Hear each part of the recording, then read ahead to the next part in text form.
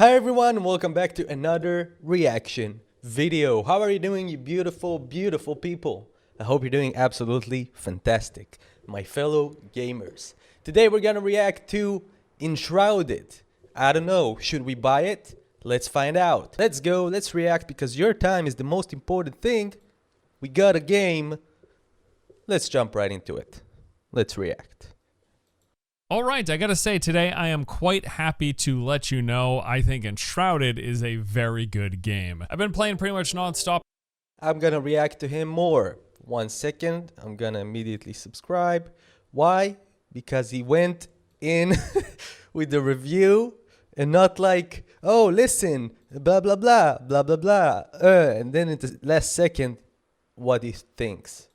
Good job. All right, I gotta say, today I am quite happy to let you know I think Enshrouded is a very good game. I've been playing pretty much non-stop this past week and still can't get enough. In fact, looks beautiful. Looks like Skyrim off the bat. I have every intention to keep on playing after this review goes live. The game has just totally sucked me in, taking me by surprise with the sheer size of its world, variety of locations and enemies, great feeling combat, and an overall high quality of content across the board. This is exactly the sort of survival game that I have wanted for some time. It has all of the basic survival features with gathering, crafting, and building, but what is really at the forefront is a heavy emphasis on exploration, discovery, and classic fantasy RPG elements, all of which has left me regularly feeling similar things to what I felt playing games like Valheim or Skyrim. And no, I'm not saying that Enshrouded is just like those games. It isn't in many ways, but rather that the sense of discovery and desire to keep on exploring that it creates is very much along the same lines. And for that reason alone, I've been loving my time with this game. Now, I'm going to talk a bit more in detail about the things I like and also the things I dislike and could use improvement.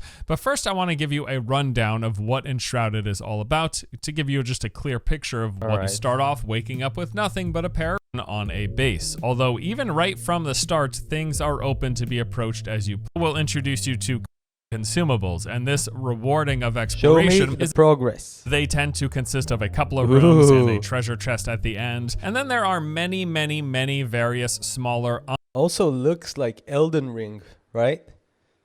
Have some playthroughs of that. Gonna upload unnamed areas, camps, farms, caves, and ruins. Tons of different locations you'll come across while make little nooks in a hill, allowing you to more. Also, the farmer gives you access to various cooking apparatus. Okay, very home. Besides trying to raise its comfort level and doing all those other things, you have there you go. Ranged and magic. 3. There's also 3 different node types, which I'll call major, medium, and minor. 3 different sizes. The major nodes, the biggest nodes, grant entirely new your attributes, giving you more grapple hook in your glide. Using that in these various types of terrain, using that grapple hook in your include the ability to climb ladders and stairs, the ability to double jump, your grapple hook, and your glide. Using that in these various types of terrain, using that on any of these points of interest and locations, you can pretty much approach any obstacle.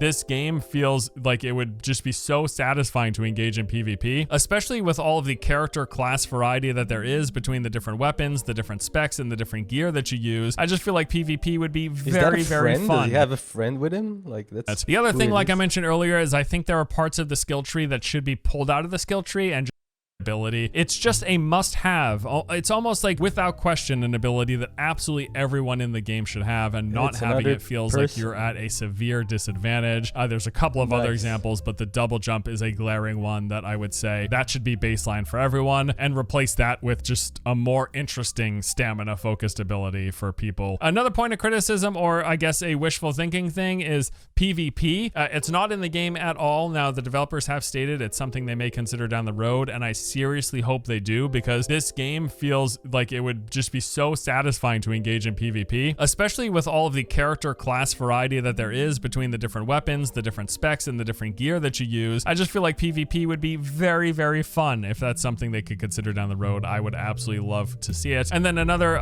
point that I want to bring up here is the fact that this game is incredibly story and narrative light. There is a main story quest. It's personally don't mind it, but I know some people will find this as a massive negative, so I did want to bring.